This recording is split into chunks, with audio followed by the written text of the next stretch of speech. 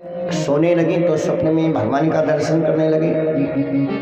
अब 2-2.5 घंटे के बाद कन्हैया उठे और देख रहे हैं कि मेरी माँ घर में नहीं है, कहाँ चली गई। तो जसोदा जी को ढूंढने लगे और ढूंढते ढूंढते भगवान पहुंच गए माखन वाले घर में। तो देख रहे हैं कि जसोदा जी के कानों के कुंडल इतर तितर हैं, बाल बिखरे हैं, चेहरे पर पसीने की बूंदें हैं और हाथ में डोरी है बंधन की। पीछे से जाकर वस्त्र पकड़ करके खड़े हुए और बोले, माँ। बड़े प्रेम से जसोदा ने कन्हैया को अपनी गोदी में बिठाया, अपना दूध पिलाने लगी। ये मातृत्व प्रेम है। इतने में जो आग पर रखा हुआ दूध है वो दूध बहने लगा। तो इसका मतलब जसोदा जी कंजूस नहीं थी कि दूध को रोकने के लिए कहीं। जिस घर में आग के ऊपर दूध जलता है उस घर में बच्चों के ऊपर ग्रह आती है। दूध के लिए चूल्हा नहीं अलाउ है, दूध के लिए गैस नहीं है कि टिक से मार दीजिए। दूध के लिए कंडी की आग बनती थी, उसके ऊपर धीरे धीरे दूध 5-6 घंटे तक उसी में खूब खौलता, लाल हो जाता था, उसकी दही लाल हो जाती थी, घी कितना बढ़िया पीला पीला हो जाता था। लेकिन अब क्यों मेहनत करे, चाहे ना कर, जैसे पाए वैसे ग्रहण कर लिए। तो जो आग पर रखा हुआ दूध था वो मालती गंधा और सुगंधा नाम की 2 गाय स्वर्ग से आई थी। आम की कीमत 100 रुपये 150 रुपये किलो है, लेकिन सतना के आसपास जबलपुर के पास एक आम की खेती है जहां आम 1.5 लाख रुपए किलो है। वो आम विदेश का है, बाहर का है, उसकी प्रजाति यहाँ नहीं है, किसी ने पाला है। तो सबकी कीमत अलग अलग होती है। आज डॉक्टर से सलाह लीजिए कि हम अपने बच्चे को कौन सा दूध पिलाएं, तो बुलाएंगे लैक्टोजन नंबर 1, 2 और 3। लैक्टोजन बच्चों के लिए दूध नंबर 1 का है। तो मालती गंधा और सुगंधा नामक गाय का दूध जब बहने लगा तो कहीं अरे राम रे राम, इतनी मुसीबत हमारे घर पर आ गई, अब कौन सी मुसीबत आने वाली है। इसलिए भैया धीम न करे का, थोड़ा आवाज़ में बढ़ावा, आवाज़ बढ़ावा, बेस हटावा। बोलो लक्ष्मी नारायण भगवान की जय। और बढ़ा दीजिए, ज़रूरत पड़ेगी तो हम घटा देंगे। बोलो श्री कृष्ण भगवान की। तो जब आग का दूध ठंडा करने लगी तो कृष्ण भगवान को क्षोभ उत्पन्न हो गया, क्रोध आ गया कि मेरी माँ को माखन दूध से ज़्यादा प्रेम है। और ये उठाई 100 ग्राम 50 ग्राम छटाक, आधा छटाक, पहिया, अधपहिया, जो पुराने ज़माने के तौलने वाले माप हैं, और सारी मटकी को श्री कृष्ण भगवान ने फोड़ दिया। फोड़ी इसलिए कि आज मिलिट्री में कैंटीन है, मेस है, कपड़े धोने की व्यवस्था है, सारा सामान की जरूरत। लेकिन इतने बड़ी बानरों की सेना भगवान किष्किंधा पर्वत से लेकर के और लंका तक गए थे, यक्को बनरन की चाय पी कहीं कहूँ कंटीन ना रही। तो सोचे कि अगर ये कहूँगा कि माखन खिला दीजिए तो इतनी कंजूस है कि 60 मन माखन रोज बेचती है, लेकिन किसी को मठा भी पीने को नहीं देती है। बर्तन भगवान ने सब तोड़ दिया और सारे माखन को कांच करके पेड़ की जड़ के पास रख दिया। अब भगवान श्री कृष्ण भागे और एक उखल पे बैठ करके, और जितने भी मंकी थे हनुमान जी की मंडली, सबके मुंह में हाथ डाल करके माखन खिला रहे। जसोदा जी बोली, मेरा कन्हैया, कहीं वह देखा तो आर कन्हैया कमाता है, पैसा तनख्वाह लेके आई हैं, उठाई छड़ी। और जसोदा जी बोली, आज कृष्ण को मैं बांध दूंगी कि तू है बन्हबे वखरिया के छोरे, तू है बन्हबे वो खरिया के छोर, कन्हैया तुम्हें जाए न देवे तुम्हें बनबे वो खरिया के छोर, कन्हैया तुम्हें जाए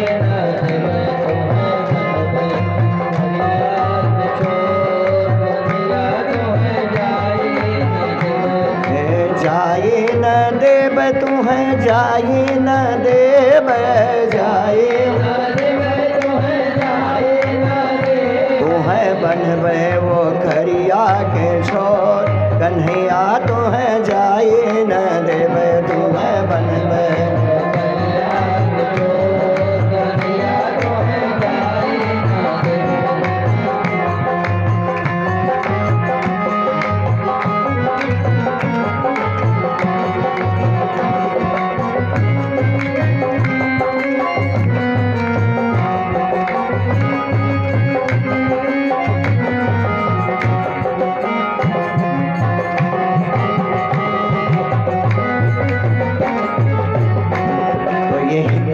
का बंधन है कि जिस भी रस्सी से जसोदा जी बांधने का प्रयत्न करती हैं वह 2 अंगुलम न्यूनम।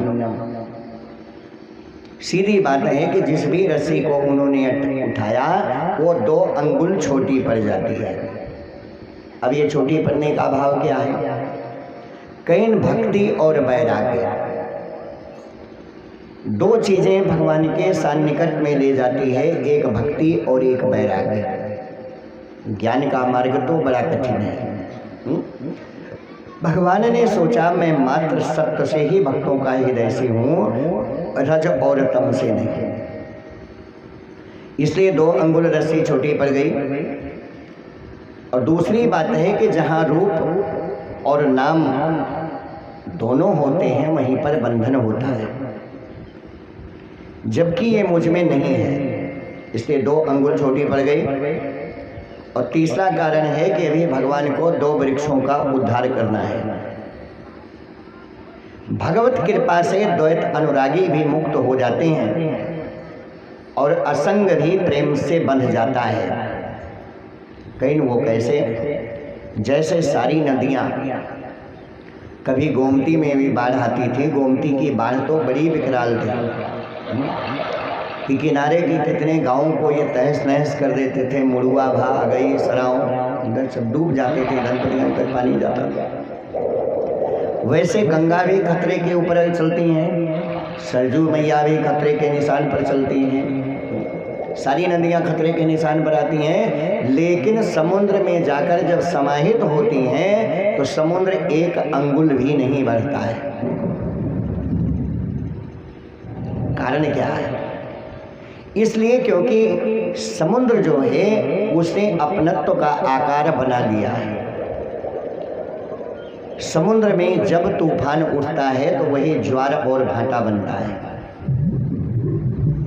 जिसे कहते हैं चक्रवाती बरसात, जिसे कहते हैं भाई तूफान आया, पानी ऊपर उठा और पूरे वर्ल्ड में बरसात होती रहती है, पूरे भारतवर्ष में बरसात होती है।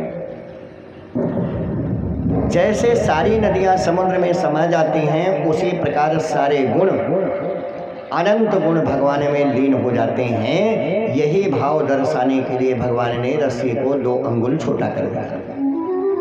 नारद जी ने कहा, माँ मेरे परमात्मा तो बड़े कोमल शरीर है, इनको मत बांधो, अगर बांधना है तो प्रेम से बांधो। रोने लगी और रस्सी उठाई। एक सिरा भगवान के कमर में और दूसरा सिरा ओखल में बांध दिया। अब ये भी ठीक है, क्योंकि वृक्ष जो है वो जड़ है, मानव जो है वो चेतन है। चेतन अमल अनंत सुख राशि, परमात्मा इन दोनों से परे है। और जसोदा जी ने बांधा तो वो भी जड़ से बांध दिया। कोई बात नहीं, इनको तो ये पता है कि मेरा बेटा कहीं नहीं जाएगा। लेकिन भगवान उस रस्सी और ऊखल को लेकर के घर के बाहर निकल पड़े। थोड़ी दूर और जब गए तो देखे कि बाबा नंद के दरवाजे पर 2 वृक्ष हैं, जिनका नाम है जमलार्जुन। ये कुबेर के दोनों बेटे हैं, मणिग्रीव और नलकूबर। बाबा नारद के श्राप के कारण इन्हें वृक्ष की शरीर मिली है।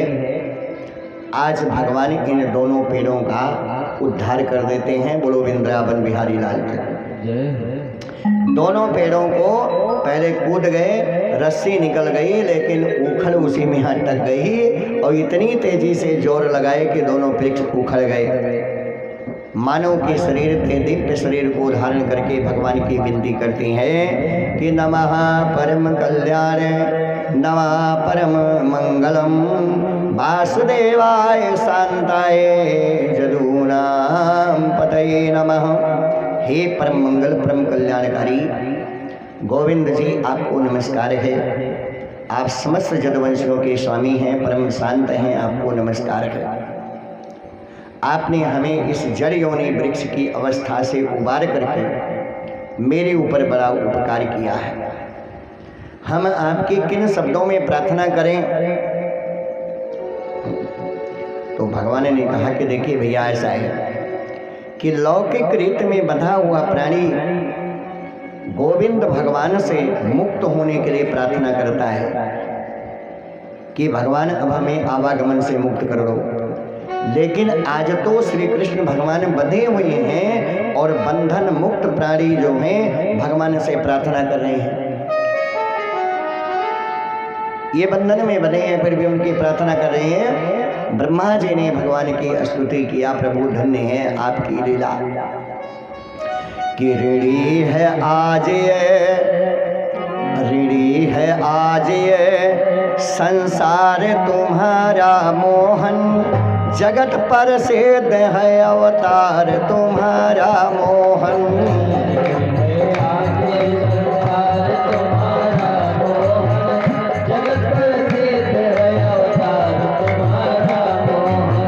ऋणी है आज ये संसार तुम्हारा मोहन,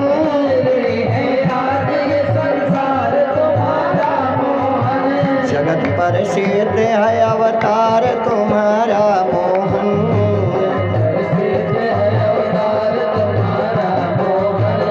न सिर्फ साधु या संतों की तुम्हें चिंता है, न सिर्फ साधु या संतों की तुम्हें चिंता है,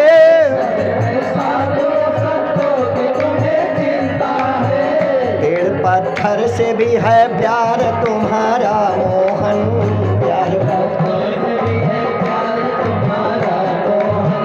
पेड़ पत्थर से भी है प्यार तुम्हारा मोहन।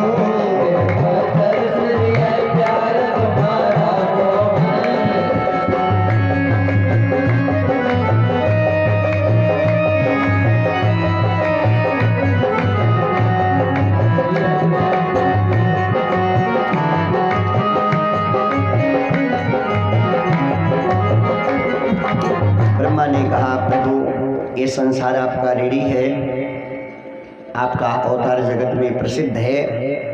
मैं तो प्रभु यही जानता था कि साधु और संतों की ऊपर कृपा होती है, लेकिन आपकी कृपा तो पेड़ और पत्थर के ऊपर भी बराबर है। अहिल्या को तारे तो पत्थर थी और नलकूबर को तारे तो पेड़ थे। तो बात तो दोनों सत्य हो गई कि पेड़ और पत्थर दोनों को भगवान ने तार दिया।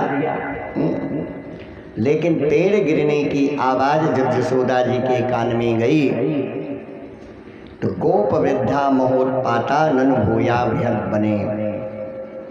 बुजुर्गों ने विचार किया कि जितने 2 साल से हमारे गांव में उत्पात हो रहे हैं, इतना उत्पात गोकुल में कभी नहीं हुआ था। जब से ये लाला मेरे घर में आया तब से मेरे घर में अनेकों प्रकार के उत्पात होते हैं। तो चलिए हम लोग इस गांव को ही छोड़ देते हैं। पहला पड़ाव भगवान का मथुरा है, दूसरा भगवान का गोकुल है, अब तीसरा धाम भगवान का बनने जा रहा है वृंदावन धाम। भाई वृंदावन का कण कण कण कण विद्वान है, छोटे छोटे बच्चे भी वहाँ कथा कहते हैं। पाराशर जी महाराज के मुखारबंद से निकली हुई वाणी है कि वृंदावन धाम को बास भलो जहाँ पास बहे जमुना पटरानी, और जो जन नहाई के ध्यान धरें, बैकुंठ मिले तिनको रजधानी। चारिव वेद बखान करें, और संत मुनीन गुणी मन माने, और जमुना जमदूतन तारती हैं, भव तारती हैं श्री राधिका रानी।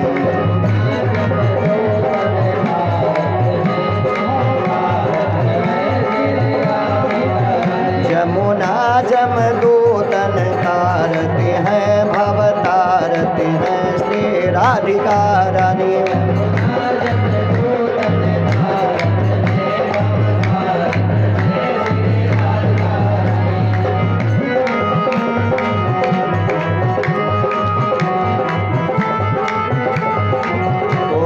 जमुना जम के दूतों को तारती हैं, और भव संसार सागर से तारने वाली श्री राधिका जी का निवास स्थान वृंदावन है। क्योंकि जब लक्ष्मी जी से बोले विष्णु भगवान की अब चलना है, तो 3 चीजें उन्होंने भगवान से मांगा था। वृंदावन धाम, अयोध्या धाम है, वृंदावन धाम है, जगन्नाथपुरी धाम है। धाम की महिमा अपार है। जमुना जम के दूतों को तारती हैं और भव तारती हैं श्री राधिका रानी। तो हमारे भारतवर्ष के नक्शे में 3 नदियां हैं। उत्तर में सरजू जी। सरजू जी साधारण नहीं है, इनका संबंध चीन के मानसरोवर से है। वहाँ से ये सर सर करके पानी नेपाल, तिब्बत, अन्य देशों से गुजरती हुई हमारे उत्तर भारत में खीरी लखीमपुर में ये प्रवेश करती है, जहाँ से इनका नाम घाघरा है। और जब ये जरवल बाराबंकी से पूरब की दिशा में मुँह करती हैं, तो बलिया तक इनका नाम सरजू है। बोलो वृंदावन बिहारी लाल। सरजू और घाघरा दोनों में ये सरसर की आवाज़ आती है, इसलिए इनका नाम सरजू है। और यहाँ से 100 किलोमीटर की दूरी प्रयागराज में माता गंगा जी हैं। फिर बांदा, झांसी, कन्नौज, बिठूर होते हुए ग्वालियर, और फिर उधर जा कर के आगरा, मथुरा, दिल्ली, हरियाणा, ये माता यमुना जी हैं। तो भक्ति और ज्ञान वैराग्य 3 की कथा भागवत में प्रारंभ में पहले दिन आप सुन चुके हैं। भक्ति, ज्ञान और वैराग्य की चर्चा। तो ज्ञान की नदी गंगा है। हायर एजुकेशन इंस्टीट्यूट जितने भी संस्था है सब गंगा के किनारे है। हरिद्वार, देहरादून, पॉलिटेक्निक बीटेक में कानपुर, IAS PCS में इलाहाबाद है, और विद्वानों की नगरी काशी गंगा के किनारे। फिर पटना, और मतलब ब्रिटिश गवर्नमेंट की जितनी यूनिवर्सिटी कलकत्ता में है सभी इसी नदी के किनारे हैं। बोलो वृंदावन बिहारी लाल। तो अगर नॉलेज प्राप्त करना है, ज्ञान प्राप्त करना है, तो गंगा के किनारे जाएं। भैया भी बैठे हैं हमारे माननीय श्री कृष्ण कुमार पांडे जी, और बहुत अथक परिश्रम से ये बेचारे कथा को कवरेज कर रहे हैं, और प्रेम से इसको एक चैनल पर डाले हैं जिसका नाम है मन का उद्गार। जो व्यक्ति भक्ति यहाँ नहीं आ पा रहे हैं और मोबाइल यूट्यूब चला रहे हैं, तो वो प्रेम से यूट्यूब को खोल करके मन का उद्गार सब्सक्राइब कर दें। जो भी कथा हो रही है सबके पास पहुँचती रहेगी। बोलो वृंदावन बिहारी लाल।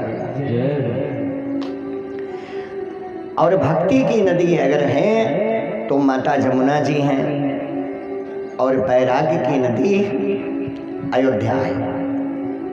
ये तीनों का अलग अलग भाव है, और तीनों का पानी अलग अलग है। कि धन्य धन्य यमुना महारानी,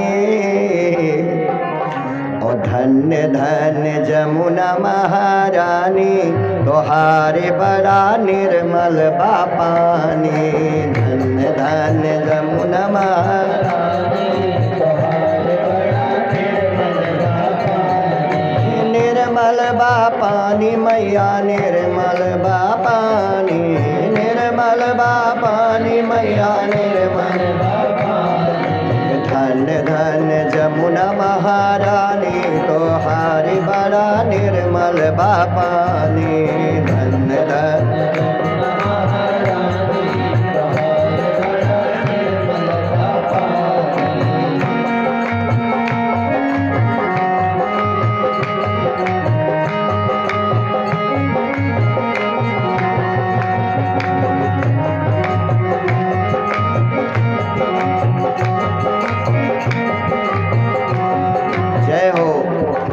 चारों वेदों में जमुना मैया का नाम आया है। संत मुनि और गुणी कवित्र लोग गाते रहते हैं। अब आया वृंदावन। तो वृंदावन का मतलब है कि जैसे ये पांडेयपुर है तो इसका एक राजस्व विलेज होता है जो नक्शा लेखपाल के पास होता है। तो हमें कम से कम 10-12 गांव छोट छोट होंगे तो एक बनता है मौजा सर्किल। तो वृंदावन सर्किल का नाम है। ये 9 वनों के संयुक्त स्थान को वृंदावन कहा गया है। क्यों वृंदावन कहा गया इसमें? इसमें ताल वन है और उसके बाद में नाना प्रकार के वन हैं। नवानि नूतनान काननानि अवंतर बनाने निधुवनौ। ककार, केसर के, खजूर के, कदम्ब के, जो भी पेड़ आप देखते तो उन पेड़ों की संख्या 9 थी। जामुन है तो 9 पेड़, कदम है तो 9 पेड़, केसर के वृक्ष हैं तो 9 पेड़। तो 9 संख्या काननः वृक्षा यस्मिन तो 9 काननम। एक एक चीज के 9 वृक्ष थे, इसलिए इसका नाम 9 कानन भी कहा गया है। आज जब गोविंद भगवान जाने लगे तो सारे गोकुलवासी अपने अपने घर को छोड़ने के लिए तैयार हो गए। लल्ला नहीं रहेगा तो मैं क्या रहूँगा। पूरा गांव, पूरा समाज घर खाली कर दिया। अब इनका धन क्या था? गोधन। गाय को एक प्रकार का धन माना गया है। गौ माता की जय होती है, भैंस माता की जय नहीं होती। गाय की का जयकारा लगाया जाता है। तो गर्ग संहिता के गोलोक खंड का 14वां श्लोक है कि नंदः प्रोक्ता सगोपालैर नवलक्षम गवाम पति उपनंदस्य कथिता 5 लक्षम गवाम पति वृषभानु स उक्तायो 10 लक्षम गवाम पति गवाम कोटि गृहे यस्य नंद राजा स राजते। बाबा नंद के पास में 9 लाख गाय थी और इनके छोटे भाई जो उपनंद जी हैं इनके पास 5 लाख गाय थी। और वहीं पर एक गांव है बरसाने। वृंदावन में आज भी बरसाने का महत्व है। तो बरसाने में वृषभानु नाम के एक यादव जी थे जिनकी पत्नी का नाम है श्रीमती मालती देवी। भाई किसी का नाम होगा तो बुरा मत मानिएगा कि पंडित जी हमारा नाम ले लिए। तो वृषभानु की पत्नी का नाम मालती देवी है और जिन्होंने आदि शक्ति पराजगदम्बिका जगत जननी की उपासना करने के बाद में राधा जैसी पुत्री पाई। राधा की माँ का नाम है मालती, उनके पिता का नाम है वृषभानु। गवाम कोटि गृहे यस्य नंद राजा स राजते। 1 करोड़ के ऊपर ऊपर गाय इनके गांव में विद्यमान हैं। और सभी लोग जाकर के जमुना का एक डेल्टा है, नदियां अपने साथ मिट्टी बहाकर लाती हैं और जिस स्थान पर उसको जमा कर देती हैं उसी का नाम है डेल्टा। और इस डेल्टा का नाम है ब्रजभूमि। उसी ब्रजभूमि पर समस्त जदवंशियों ने ऐसे पंडाल जैसा अपना तंबू लगा दिया। अब कोई दाना, कोई चबैना, कोई सत्तू लपिट्टू कर रहे हैं। प्रातःकालीन जसोदा जी बुलाती हैं, हे रामा तवा गच्छ सानुजा, हे बलराम आओ और अपने छोटे भाई को लेकर आइए। तो इनको लेकर के गए। कहीं किस लिए बुला रही हो? कहीं बेटा भोजन करो, बासी भोजन। अब वासी भोजन करने के लिए जब भगवान बैठे तो इनको मिला माखन और कृष्ण जी को मिला, बलराम जी को माखन रोटी। तो बोले माँ, एक बेटे को माखन देती हो, दूसरे को माखन रोटी क्यों देती हो? इसका कारण है कि अभी बेटा आप काम नहीं करते हो, इसलिए रोटी मत खाओ। कभी भी जीवन में बैठ करके अन्न नहीं ग्रहण करना चाहिए। जिसके दरवाजे पर आप परिश्रम करें उसी का अन्न ग्रहण कीजिए। 21,600 सांस हम 24 घंटे में लेते हैं और 2 टाइम कम से कम भोजन करते हैं। तो गवर्नमेंट कहती है नो वर्क नो पे, अगर काम नहीं है तो तनख्वाह नहीं मिलेगी। इसलिए लमसम संस्था 2-3 साल तक बच्चे भोजन नहीं करते हैं। कहीं माता जी मैं बहुत काम करता हूँ, कहीं दादा कौन काम कराता तो बताओ। तो कहीं भैया क्या करते हैं, दादा का मतलब बड़े भाई। बलराम जी क्या करते हैं, कहीं ये तो वृंदावन में गाय चराते हैं। तो कहीं कल से मैं वृंदावन में गाय चराने जाऊंगा। जिस दिन भगवान श्री कृष्ण वृंदावन में प्रथम दिवस प्रवेश करते हैं वो कार्तिक शुक्ल पक्ष की अष्टमी है। जिस दिन मथुरा काशी की परिक्रमा शुरू होती है, अयोध्या की 14 कोसी परिक्रमा, उसी दिन उसका नाम है गोपाष्टमी। तो 1.5 महीने का एक बछड़ा और 1 महीने की एक बछिया, दोनों को लेकर ये चराने के लिए चलते हैं। तो गाय का मतलब है पृथ्वी और बछड़े का मतलब है धर्म। तो भगवान धर्म और पृथ्वी के बीच का सामंजस्य रखने के लिए गोपाल कहा है, न कि गाय चराने के लिए है। भगवान का नाम गोपाल है। गायांत्राते दर्शनम गायत्री। अब कंस ने वत्सासुर, बकासुर और अघासुर 3 दैत्य कंस के भेजे गए। वत्सासुर का मतलब बछड़ा और बकासुर का मतलब है बकुला और अघासुर का मतलब है अजगर। ये धीरे धीरे आए और तीनों को गोविंद भगवान ने निपटा दिया। 5 वर्ष की अवस्था जब भगवान की हुई तो एक दिन भगवान देख रहे हैं कि सारे बच्चे उपवास करते हैं और हम माखन रोटी खाते हैं। आप क्या लेकर गए हो, आप क्या लेकर आए हो? तो बच्चे कुछ भूखे हैं, कुछ आंवले की चटनी और कोदों का भात लेकर गए हैं। तो एक पत्ते पर भगवान ने सारे भोजन को गिरा दिया और छोटा छोटा ग्रास बना करके लड्डू जैसे बांट कर खा रहे हैं। ब्रह्मा जी देखे कि ये कैसे पारब्रह्म परमेश्वर हैं जो सबके हाथ का जूठा मीठा खाते हैं। ब्रह्मा माया के चक्कर में पड़ गए और भगवान की सारी गौओं को ग्वाल बाल चिल्लाने लगे, कन्हैया मेरी गाय, कन्हैया मेरी गाय। ये क्या हो गया? ये तो चोर के घर में भी चोरी हो गई। मैं तो माखन चोर, चित चोर, रन चोर, साड़ी चोर, सारा चोर, लेकिन मेरे घर में ब्रह्मा जी चोरी कर गए। तो उतनी गौओं को भगवान ने अपने रूप से बना दिया और 1 साल तक भगवान की ऐसी माया चलती रही। 1 वर्ष के बाद ब्रह्मा जी आए और भगवान के चरणों पर गिर करके अपने गलती के लिए क्षमा मांगते हैं कि नवमी डते ब्रबपु से तड़े दम्बराए गुंजावतंस परिपेक्षल सन्मुखाये वन सृजे कबल बेत्र विसार वेणु लक्ष्मी श्रिये मृत्युपदे पशुपांग जाया।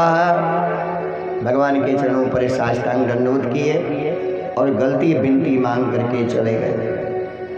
बोले प्रभु अगर मेरे ऊपर कृपा दृष्टि हो तो जब कभी मुझे जन्म दें तो इस भूतल पर मेरा जन्म हो तो वृंदावन में, और उसमें यदि गोकुल में हो जाए तो मेरा क्या कहना, मेरा भाग्य धन्य हो जाएगा। इसके बाद धेनुकासुर हैं। धेनुकासुर के साथ में कालिए नाग की कथा आती है। अब कालिए नाग के प्रसंग में आप सभी भक्तगण जानते हैं कि भगवान गेंदा के बहाने गए थे, लेकिन ध्यान दीजिए कि गेंदा पानी में तैरता है, डूबता नहीं है।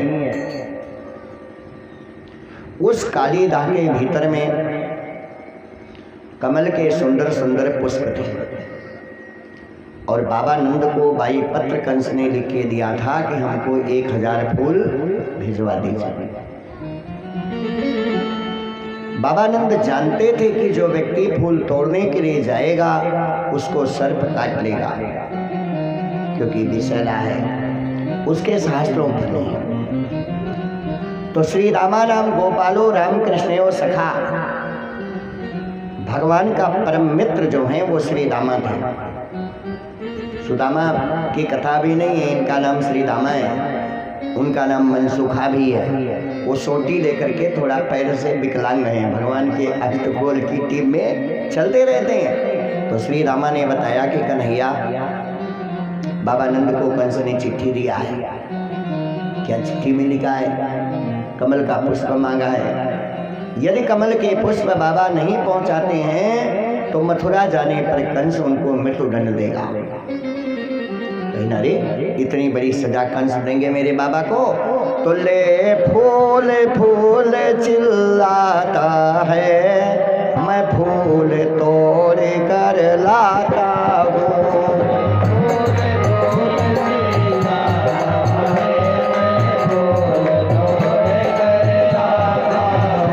ले फूल फूल चिल्लाता है, मैं फूल तोड़ कर लाता हूँ।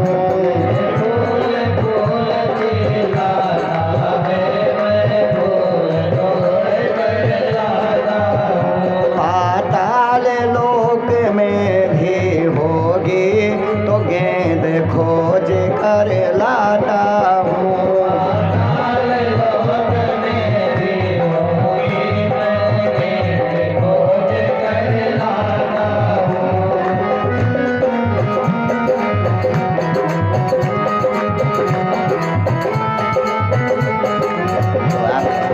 की बात कर रहे हो तो गाय चराओ, और गेंदा का बहाना लेकर के श्री कृष्ण भगवान ने गेंदे को फेंक दिया।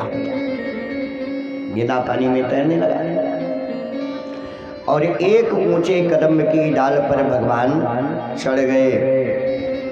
सबसे बोले गाय चराना, और कमर में फेंटा बांधे और अपनी बांसुरी भगवान हाथ में ले लिए, मुरली। क्योंकि कन्हैया की मुरली का नाम है विषयानंद और परमानंद। वो बांसुरी में 2 गुण था। जैसे हम सब मोबाइल से बात करते हैं तो जिससे बात करते हैं उसी से बात होती है, लेकिन जो अधिकारी ऑफिसर्स, ज़्यादातर पुलिस डिपार्टमेंट और प्रशासन, इनको मिलता है वायरलेस सेट, जिसका DCR कंट्रोल रूम है, डिस्ट्रिक्ट कंट्रोल रूम। और जो एक स्थान पर बात बोली जाती है वो समस्त थानों पर सार्वजनिक रूप से पहुंचती है। जिनकी गाड़ी में आन है वो भी सुनते हैं, थाने पर जाती है, जिससे संबंधित है वही व्यक्ति उसको उठाता है, रिसीव करता है। वायरलेस और फोन में इतना अंतर है। तो जब लौकिक मानव रीति की बात थी तो भगवान बांसुरी को तिरछा बजाते थे।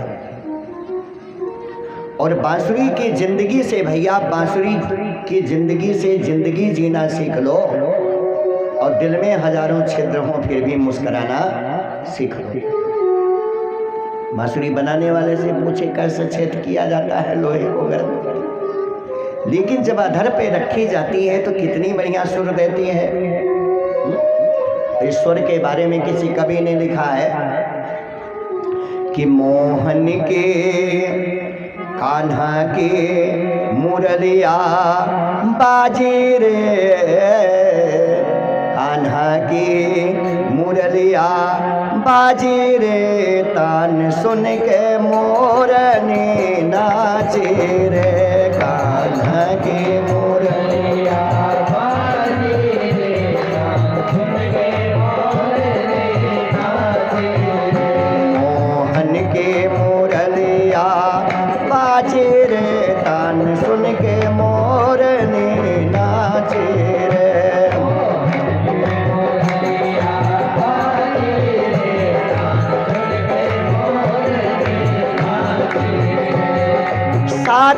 स्वरों ने सरगम छेड़ा, रागिन ली अंगड़ाई।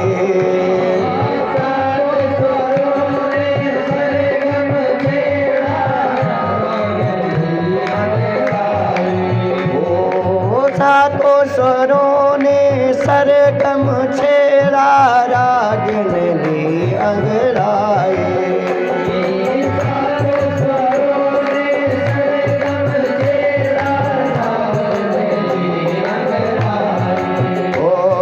छम छम छम छम नूपुर बाजे, ताल में ताल मिलाए।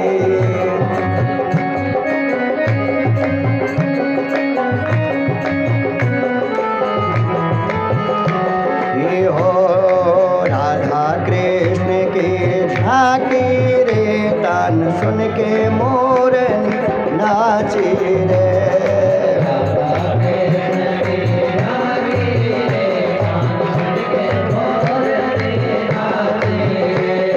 धन्य है ब्रज के गोपी ग्वाला, धन्य है वो ब्रजवासी।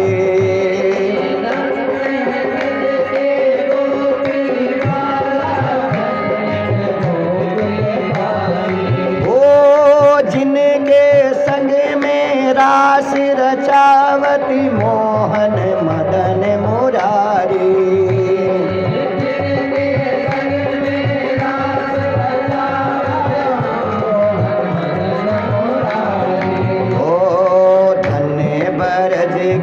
नारी रे, तान सुन के मोरनी नाचे।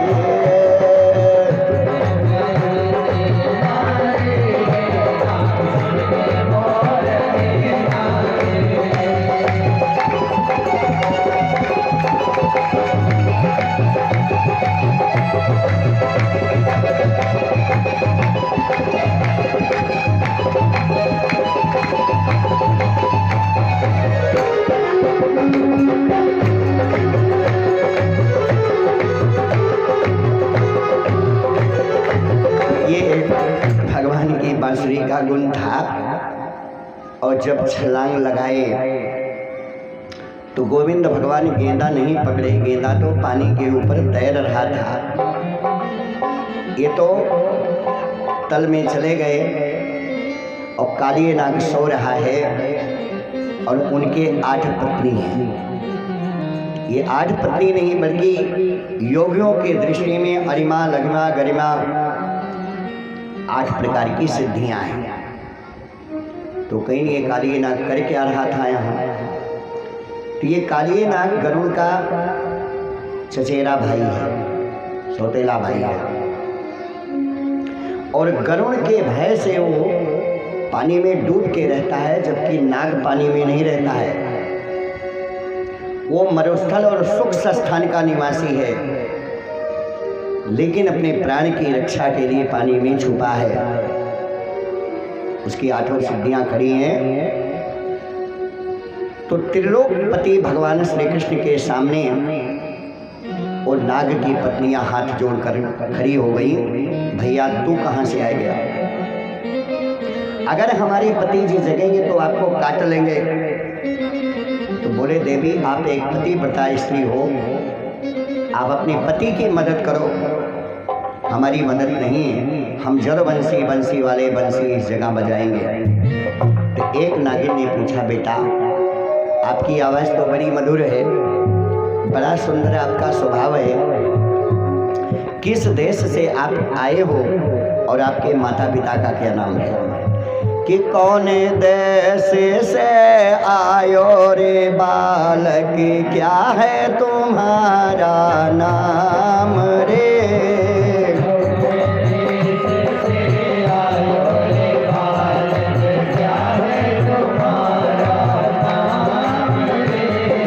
कौन सखी के जायो रे बालक, कौन तुम्हारा गाम रे?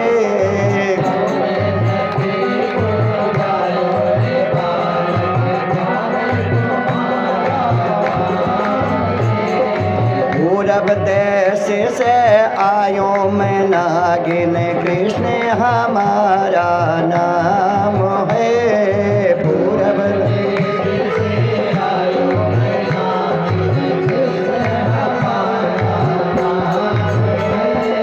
बाबा नंद और माता यशोदा, गोकुल हमारा धाम है।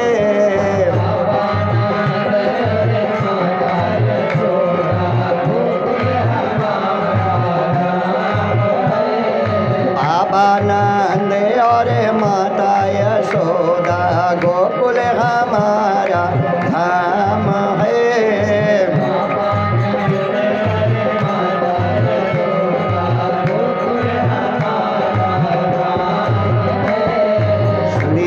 पूरब दिशा से मैं आया हूँ, कृष्ण मेरा नाम है, मेरे माता पिता का नाम नंद बाबा और जसोदा है।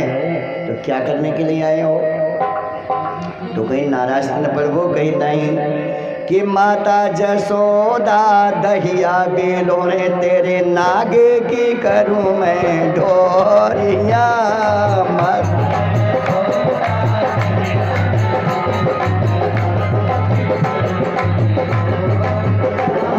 माता यशोदा दहिया बेलोने, तेरे नागे की करूं मैं ढोरिया।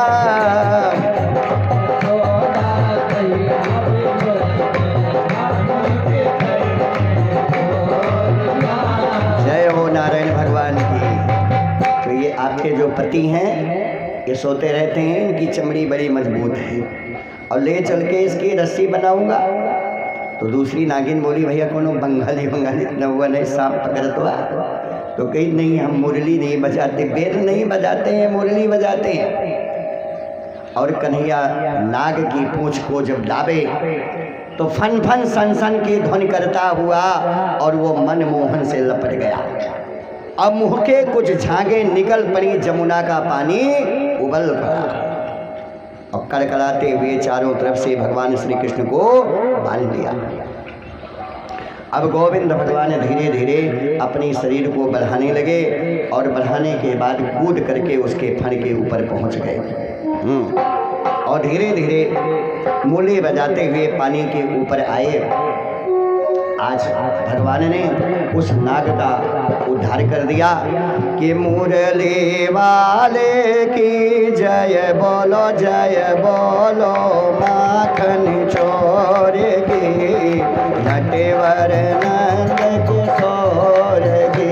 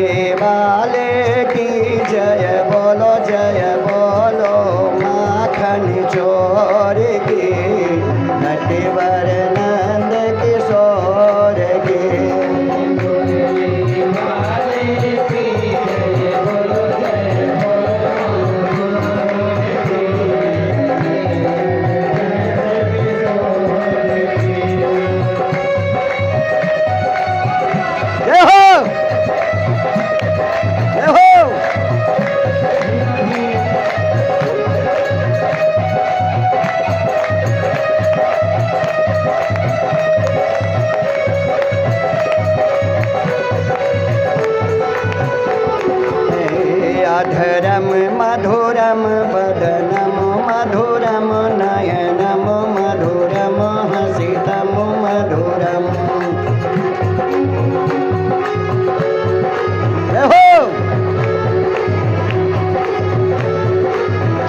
हसितम मधुरम वमितम मधुरम मधुराधिपतेरखिलम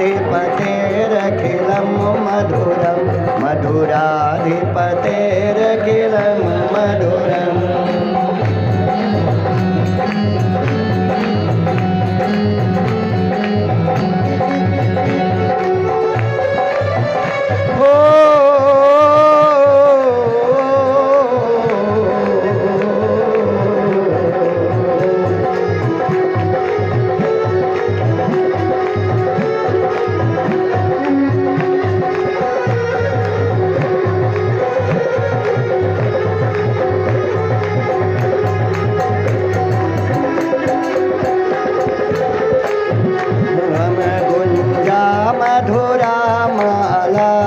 मधुरा जमुना मधुरा बीचे मधुरा सलिलम मधुरम भमितम मधुरम मधुराधिपतेरखिलम मधुरम मधुराधिपतेरखिलम मधुरम।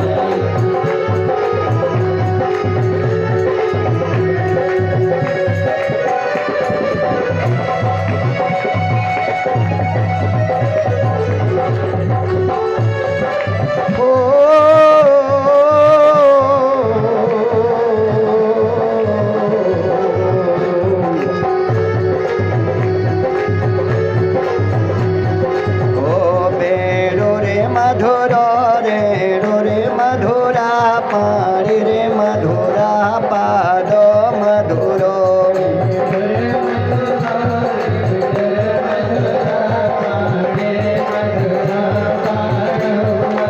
ओ नित्यम मधुरम सख्यम मधुरम मधुराधिपतेरखिलम मधुरम मधुराधिपतेरखिलम।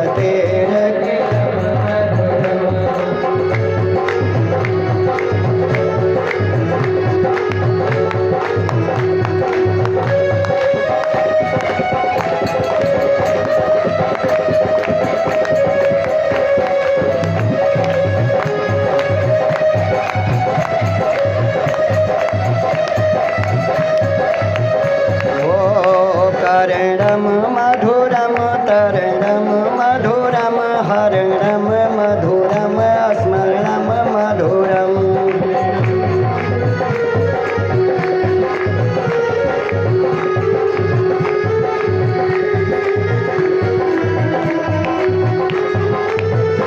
ओ भमितम मधुरम भ्रमितम मधुरम मधुराधिपतेरखिलम मधुरम मधुराधिपतेरखिलम।